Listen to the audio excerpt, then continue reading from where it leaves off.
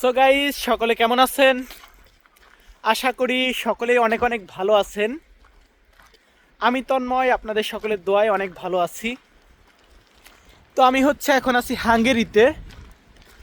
আর আজকে আমি যে বিষয়টাতে ভিডিও বানাতে যাচ্ছি, তো যদি কোনো ব্যাপারে ভুল হয়ে থাকে বা আমার কথায় যদি কোনোভাবে আপনারা আঘাত পেয়ে থাকেন, তো সেই ব্যাপারে অবশ্যই আমি দুঃখিত। আর একটি কথা বলতে চাই, দেখুন আজকে মুসলমানদের বিষয়ে কিছু কথা বলবো। সো ভাই, এখন অনেকে বলতে পারেন, ভাই তুই হিন্দু, তুই কেন মুসলমানদের ব্যাপারে কথা বলবি? বাট বিষয়টা এমন না। আমি হিন্দু তো কি হয়েছে, আমার বন্ধু বান্ধব যারা আছে তারা মুসলিম আছে, বা আমার বাড়ির সাথেও মুসলিম বাড়ি আছে। আমরা ভাই বাংলাদেশে কিন্তু হিন্দু মুসলিম নিয়ে কোনো ভেদাভেদ করি না। বাট এইখানে যে বিষয় আলোচনা করব সেটা হচ্ছে, মুসলমানদের কি হাঙ্গেরিতে আসা কি ঠিক হবে কিনা। দেখুন আজকে ভাই বাইরে অনেক ঠান্ডা, দেখুন চারদিকে বরফ পড়ে রয়েছে, আজকে চারদিকে বরফ। তো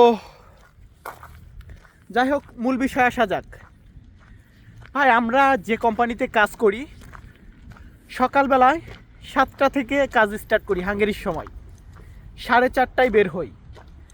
এইখানে ভাই খাবার টাইমও দেয় না, খাবার টাইম দেয় মাত্র 20 মিনিট।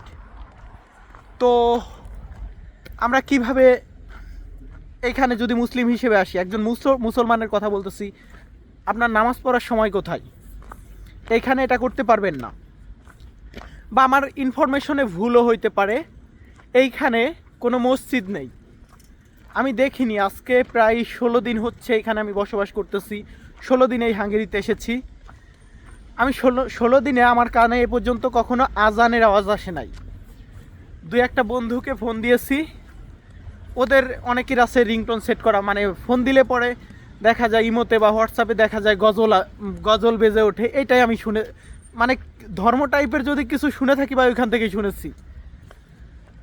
তো এইখানে মুসলিম হিসেবে আপনি এসে ভাই প্রবাসী হিসেবে আসতে পারেন, কাম করতে পারেন, ঠিক আছে। বাট আপনি একজন মুসলমান হিসেবে দেখুন, যে দেশে মসজিদ নেই, যে দেশে আজানের শব্দ আপনি শুনতে পারবেন না, যেখানে আপনি নামাজ পড়তে পারবেন না, এইখানে আসাটা ঠিক হবে কি না?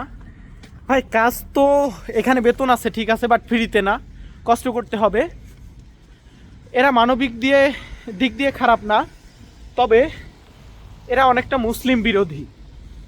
আমাদের কিন্তু কতটা অসুবিধা হচ্ছে না ভাই, আমরা হিন্দু, এইখানে আমাদের কিন্তু কতটা সমস্যা নেই, বা আমাদের উপরে কেউ ক্ষুব্ধ না। বাট আমাদের সাথে ট্যাক্স ভলকেপ্রিতেও আরও 5টা ভাই আছে যারা মুসলিম, তারা বলল যে ভাই এমন এরা তো মুসলিম দেখতে পারে না।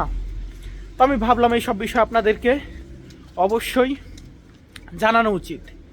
দেখুন আপনারা যারা মিডল ইস্টের দেশগুলোতে আসেন, ভাই আর কিছু না হোক বছর শেষে ঈদের নামাজগুলো অন্তত পড়তে পারেন। যদি সবচেয়ে বিজি মানুষও হয়ে থাকেন, আমার এলাকার সবচেয়ে যদি গরিব মানুষও হয়ে থাকে, ভাই আমার কথা যে গরিব বড়লোক তো আর কিছু আসে যায় না এখানে নামাজের বিষয়ে বা আল্লাহর পথে চলা, এটা গরিব বড়লোক কোনো বিষয় না ভাই। সবচেয়ে খারাপ মানুষটা যে কোনো দিন নামাজ পড়ে না, সেও কিন্তু ঈদের নামাজটা পড়ে। বাট এইখানে এসে সময়টা কাটালে বা এইভাবে চলাফেরা করলে এদের কালচারের সাথে আশা করা যায় আপনি এগুলা করতে পারবেন না। তো ভাই আমি আপনাদেরকে আসতে মানা করতেছি না, আপনারা আসেন। বাট আপনি একজন মুসলিম হিসেবে কখনোই আমি আপনাকে বলবো না যে ভাই মুসলিম হিসেবে আপনি আসুন। মানুষ আসবেন, কাজ করবেন, সব ঠিক আছে। বাট আমি যে কথাগুলো বলতেছি ভাই, আমি হয়তো অতটা গুছিয়ে বলতে পারতেছি না। ব্লগিং শুরু করেছে এই 5 দিন 7 দিন হয়েছে, তত সুন্দর করে গুছিয়ে হয়তো কথাটা বলতে পারতেছি না। বাট কথাটা নিজে একবার ভেবে দেখুন যে আমি কি বলতে চাচ্ছি বা আমি কি বোঝানোর চেষ্টা করতেছি।